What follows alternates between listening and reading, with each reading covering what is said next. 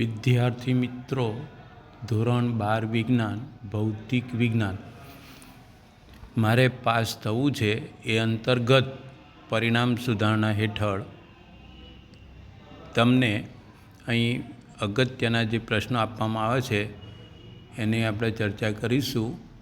સૌપ્રથમ ચેપ્ટર 1ની અંદર વિદ્યુત ભારો અને વિદ્યુત ક્ષેત્રની અંદર 2 ગુણના જે અગત્યના પ્રશ્નો છે એની અંદર કુલમનો નિયમ લખો, આકૃતિ દોરી બળોને સદી સ્વરૂપમાં મેળવો. બીજું છે વિદ્યુત ક્ષેત્ર રેખાઓના ગુણધર્મો લખો. 3 સમાન બાહ્ય વિદ્યુત ક્ષેત્રમાં મૂકેલ વિદ્યુત ડાયપોલ ઉપર લાગતા ટોર્કનું સૂત્ર મેળવો. 4 વિદ્યુત ડાયપોલ દ્વિધ્રુવીના કારણે અક્ષ ઉપરના કોઈપણ બિંદુ પાસે વિદ્યુત ક્ષેત્ર શોધવાનું સૂત્ર મેળવો. અને 5મો છે વિદ્યુત ડાયપોલને લીધે વિષુવરેખા પરના કોઈપણ બિંદુ પાસે વિદ્યુત ક્ષેત્રનું સૂત્ર મેળવો. વિદ્યાર્થી મિત્રો, બોર્ડની પરીક્ષાની અંદર જે મેં પ્રશ્નપત્રો જોયા એની અંદર આ રીતે 2 ગુણના પ્રશ્નો પૂછેલા છે. આમાંથી કોઈક વખત 3 ગુણની અંદર પણ પૂછાય છે. હવે 3 ગુણની અંદર જોઈએ તો પહેલો પ્રશ્ન છે અનંત લંબાઈના સુરેખ વિદ્યુત ભારિત તારને લીધે મળતા વિદ્યુત ક્ષેત્રનું સૂત્ર મેળવો. બીજો છે સમાન રીતે વિદ્યુત ભારિત પાતળી ગોળાકાર કવચને લીધે 1 કવચની બહારના બિંદુએ 2 કવચની અંદરના બિંદુએ વિદ્યુત ક્ષેત્રનું સૂત્ર તારવો. હવે આ ચેપ્ટરની અંદર ઉદાહરણના એક્ઝામ્પલ તેવી જ રીતે સ્વાધ્યાયના એક્ઝામ્પલ જે આપેલા છે એના માટે ચેપ્ટરના જે સમીકરણો છે, સૂત્રો, એની આપણે ચર્ચા કરીશું. પહેલું સૂત્ર છે વિદ્યુત ભારો વચ્ચે લાગતું વિદ્યુત બળ. F = K Q1 Q2 upon R². તમે Kના બદલે 1/4πε0 લઈ શકો. Kની વેલ્યુ છે 9 × 10⁹ ન્યૂટન મીટર સ્ક્વેર પ્રતિ કુલમ સ્ક્વેર. ε0ની કિંમત છે 8.85 × 10⁻12 coulomb square newton inverse metre -2 થાય. બીજું છે વિદ્યુત ડાયપોલને લીધે મળતું ક્ષેત્ર અક્ષ ઉપર E = 2p/4πε0 r³ થાય, જ્યાં p = Q2a લઈ શકાય. વિષુવરેખા ઉપર E = p/4πε0 r³ થાય. ટોર્કનું સૂત્ર ટોર્ક τ = Pe sin θ.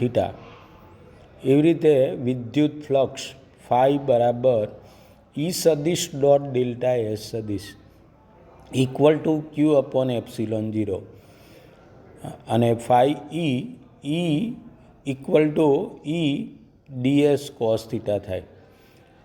ત્યાર પછી 5મું સૂત્ર અનંત લંબાઈનો વિદ્યુત ભારિત તારના લીધે મળતું ક્ષેત્ર E = λ/2πε0 × r થાય. વિદ્યુત ભારિત અનંત સમતલનું વિદ્યુત ક્ષેત્ર E = σ/2ε0. અને 7મું સૂત્ર છે બિંદુવત વિદ્યુત ભારનું વિદ્યુત ક્ષેત્ર E = 1/4πε0 Q/r² થાય. તમે આટલા સૂત્રો તૈયાર કરો તો MCQ અને દાખલા તમે આના ઉપરથી ગણતરી કરી શકો. હવે આપણે પ્રશ્નોની વિગતે ચર્ચા કરીશું. પરીક્ષામાં કેટલું લખીએ અને કેટલા માર્ક મળે. તો પહેલું છે કુલમનો નિયમ લખો, આકૃતિ દોરી બળોને સદી સ્વરૂપમાં દર્શાવો. વિદ્યાર્થી મિત્રો, સૌપ્રથમ આપણે એનું વિધાન લખીશું. એનો 0.5 માર્ક છે. આકૃતિ દોરીએ તો એનો 0.5 છે. અને બંને બળો F12 સદિશ અને F21 સદિશ એને જો આપણે સૂત્રો દ્વારા દર્શાવીએ તો બંનેનો અડધો માર્ક્સ એટલે 1 ગુણ થાય. જો અહીં નિયમ લખેલો છે, ટેક્સ્ટબુકની અંદર પણ આપેલો છે. નિયમ 2 બિંદુવત વિદ્યુત ભારો વચ્ચે લાગતું વિદ્યુત બળ તે 2 વિદ્યુત ભારોના મૂલ્યના ગુણાકારના સમપ્રમાણમાં અને તેમની વચ્ચેના અંતરના વર્ગના વ્યસ્ત પ્રમાણમાં હોય છે. અને બળ 2 વિદ્યુત ભારોને જોડતી રેખા ઉપર હોય છે. તમે વિધાન લખો છો તેનો અડધો ગુણ મળે. તમે આકૃતિ દોરો, ટેક્સ્ટ બુકની અંદર આપેલી છે. તેની આકૃતિ તમે તીર વડે એની નિશાની બતાવશો તો એનો અડધો માર્ક છે. Q1 Q2 બે બિંદુવત વિદ્યુત ભારો છે. 1 ઉપર 2નું બળ F12 સદીશ, 2 ઉપર 1નું બળ F21 સદીશ થાય. અને ઉગમ બિંદુને અનુલક્ષીને એમના સ્થાન સદીશો R1 સદીશ અને R2 સદીશ છે. હવે બંને બળોને આપણે સદીશ સ્વરૂપે સૂત્ર દ્વારા દર્શાવી શકાય.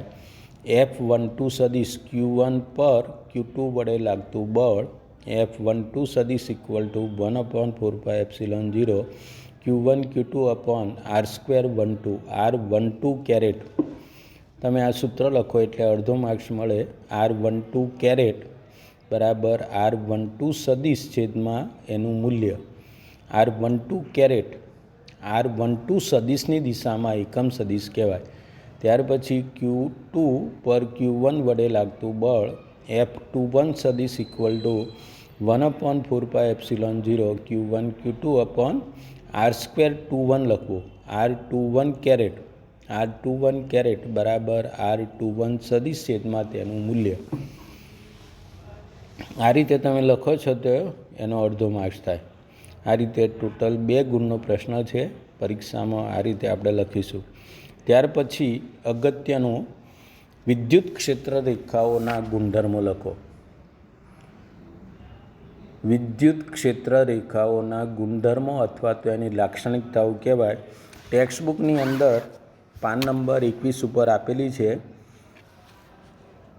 તો પહેલો ગુણધર્મ છે ક્ષેત્ર રેખાઓ ધન વિદ્યુત ભારથી શરૂ થઈ ઋણ વિદ્યુત ભારમાં અંત પામે છે. જો એક જ વિદ્યુત ભાર હોય તો તેઓ અનંતથી આરંભ કરે કે અંત પામે છે. 2. વિદ્યુત ભાર વિહીન વિસ્તારમાં વિદ્યુત ક્ષેત્ર રેખાઓ વચ્ચે તૂટ્યા વિના સતત વક્રો તરીકે લઈ શકાય. 3. બે ક્ષેત્ર રેખાઓ એકબીજાને છેદતી નથી. જો છેદે તો છેદન બિંદુ પાસે વિદ્યુત ક્ષેત્રની તીવ્રતા 2 દિશામાં હોવાનું સૂચન કરે. કોઈપણ બિંદુ પાસે વિદ્યુત ક્ષેત્ર એક જ દિશામાં હોય જે શક્ય નથી. અને ચોથી લાક્ષણિકતા છે સ્થિત વિદ્યુત ક્ષેત્ર રેખાઓ કોઈ બંધ ગાળો રચતી નથી. તમે આ 4 લાક્ષણિકતાઓ લખો છો તો દરેકનો અડધો ગુણ છે. ત્યાર પછી વિદ્યુત ડાયપોલનો ક્ષેત્ર અક્ષ ઉપરના કોઈપણ બિંદુએ મેળવો. વિદ્યાર્થી મિત્રો, ટેક્સ્ટ બુકની અંદર આ થિયરી આપેલી છે અને પાન નંબર 23 ઉપર છે. વિદ્યુત ડાયપોલને લીધે કોઈપણ બિંદુ P આગળ -q વિદ્યુત ભારના લીધે વિદ્યુત ક્ષેત્ર E સદીશ -q થાય અને +q વિદ્યુત ભારને લીધે ક્ષેત્ર E સદીશ +q મળે.